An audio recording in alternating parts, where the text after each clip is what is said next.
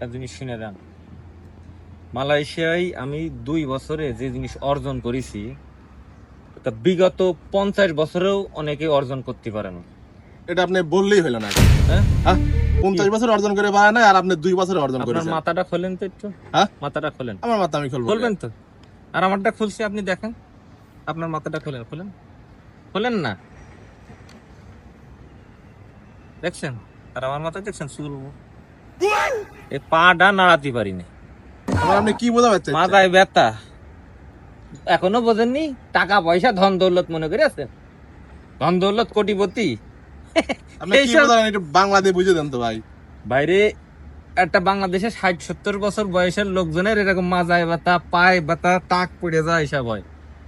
Malaysia বিদেশ 2 বছর করেছি, তাতে আমার টাক পড়ে গেছে, মাজায় ব্যথা, জোরে হাঁটতে পারিনি। যদি 2 মিনিট দৌড়ই তাহলে মনে করেন যে অক্সিজেন, ওই যে পাম্পার দিয়ে অক্সিজেন দেওয়া লাগে।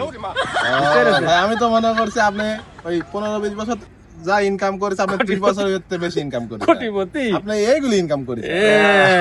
এই চিন্তাধারা করে মালয়েশিয়া আসা যাবে না ভাই, বুঝছেন? আমরা এটা তো আমার ভাবছি না তা ভাই। হ্যাঁ, এই বাংলাদেশ থেকে এটাই ভাবে তুমি তো 1 লাখ কামাচ্ছ, আইয়ো। 50,000 দাও, এটাই ভাবে। না কথা ভাই এটা বাস্তবই বুঝছেন।